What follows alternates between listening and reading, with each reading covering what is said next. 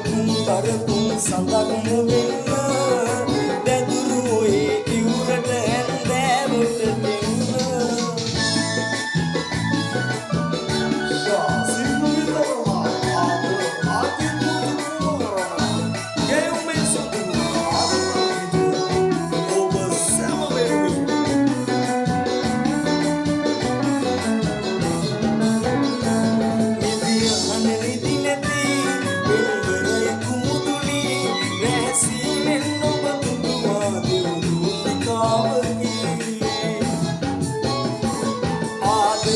සිප ගන්න මලක් සුරතේ තිබුණේ